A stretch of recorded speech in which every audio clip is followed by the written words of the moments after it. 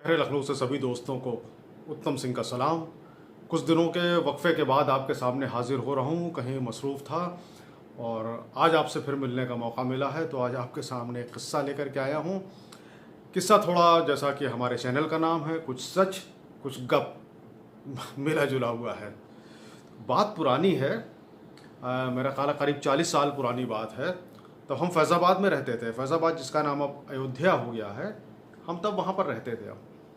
और फैज़ाबाद कैंट में एक ओपन एयर थिएटर हुआ करता था, जहाँ पर उस वक्त 50 पैसे में फ़िल्म देखने का मौका मिलता था।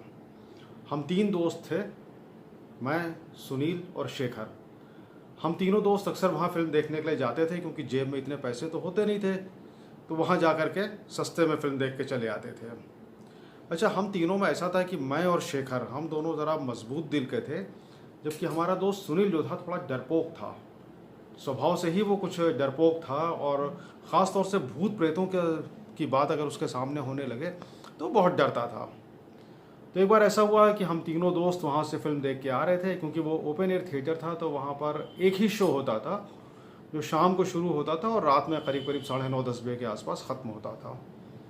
हम तीनों दोस्त वहाँ से फ़िल्म देख करके लौट रहे थे, और ये कैंट के रास्ते से जो हम आ रहे थे, तो रास्ते में ही एक ईसाइयों का कब्रिस्तान पड़ता है, जो अभी भी मौजूद है। इस सड़क से करीब 150-200 मीटर अंदर की तरफ है, सड़क से दिखाई भी देता है।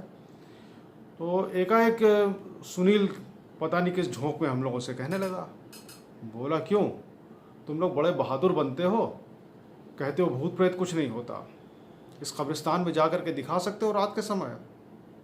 तो हमने और शेखर ने देखा एक दूसरे को, मैंने कहा जा क्यों नहीं सकते, अभी चले जाएंगे, लेकिन तुम कुछ शर्त लगाओ, कोई ऐसी शर्त हो जिससे कुछ मिल रहा हो हम लोगों को, तब तो हम जाएं, वरना खामखा जाने से तो कोई फ़ायदा है नहीं।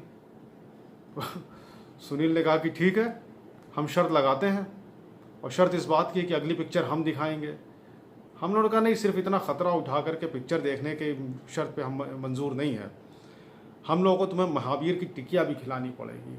उस समय फैज़ाबाद में एक महावीर टिकिया वाला था, जो सिर्फ शाम को दुकान लगाता था, और बेतहाशा बिक्री उसकी होती थी, और बहुत ही उम्दा किस्म की आलू की टिकिया और मटर उसके यहाँ बनती थी। सुनील राज़ी हो गए कि चलो ठीक है, एक फ़िल्म भी दिखाएंगे, महावीर की टिकिया भी खिलाएंगे। बस हम लोगों ने अपनी साइकिलें कब्रिस्तान आने पे उधर की तरफ मोड़ दी। अंदर पहुँचे, सुनील वहीं गेट पे खड़े रहे, हम लोग अंदर जाने लगे। सुनील ने फिर एक बार हम दोनों को वार्निंग दी, बोला मत जाओ, पता नहीं अंदर कौन सा भूत प्रेत हो, चुड़ैल हो, जिन्न हो, पकड़ देगा तो हत्या लगेगी, मेरे सर पे आएगी। हम लोगों ने कहा नहीं, अब तो भैया महावीर की टिकिया और पिक्चर की बात है, तो जाके ही आएंगे अंदर से। मैं और शेखर अंदर चल दिए। करीब करीब 100 गज़ अंदर हम लोग गए। उसके बाद फिर वहाँ काफ़ी झाड़ियाँ थीं आगे, इसलिए झाड़ियों में नहीं गए, सांप बिच्छू का ख़तरा होता ही है ऐसी जगहों पर। और वहाँ खड़े हम लोग 2 मिनट बात करते रहे। एकाएक सुनील की बहुत तेज़ चीख की आवाज़ हम लोगों को सुनाई दी। हम लोग घबरा गए कि अब पता नहीं क्या हो गया। हम दोनों वहाँ से भागते हुए तेज़ी से आए, और जब आए तो देखा सुनील गेट के पास खड़ा हुआ, थर थर थर थर काँप रहा था, बिल्कुल उसके हाथ पैर सब बुरी तरह से हिल रहे थे। हम लोगों ने पूछा क्या हो गया।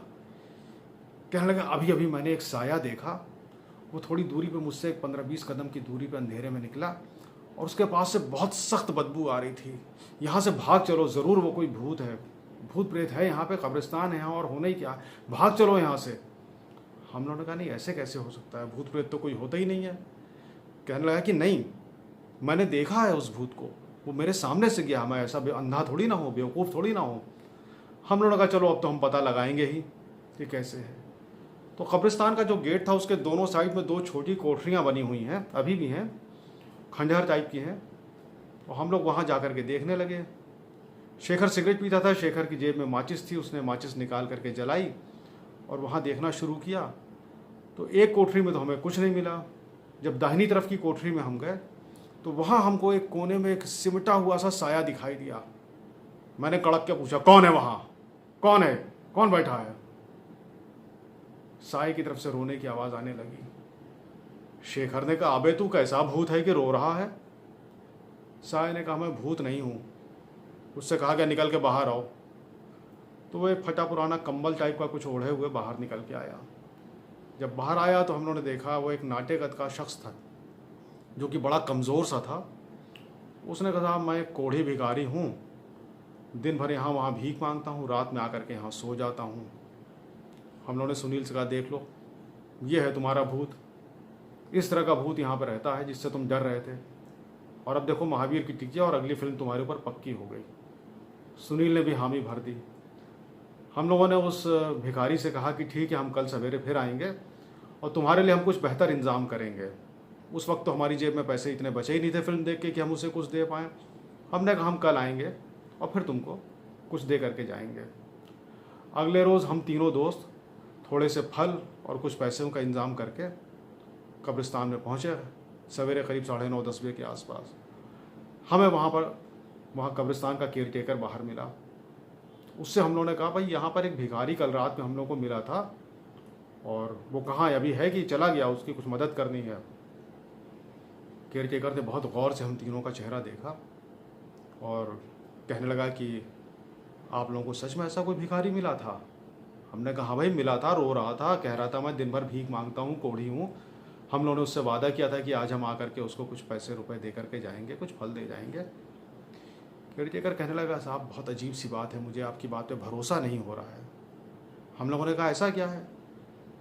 कहना 1 साल पहले की बात है, एक बार शाम को एक कोढ़ी भिखारी यहाँ पर आया, बहुत सख्त बदबू उसके पास से आ रही थी और मैं इत्तेफाक से यहाँ गेट में उस समय ताला बंद करने ही जा रहा था, तो उसने मुझसे हाथ जोड़ के कहा कि बाबूजी मुझे आज रात यहाँ कहीं सो जाने दीजिए, मैं जहाँ जाता हूँ लोग दुत्कार के भगा देते हैं।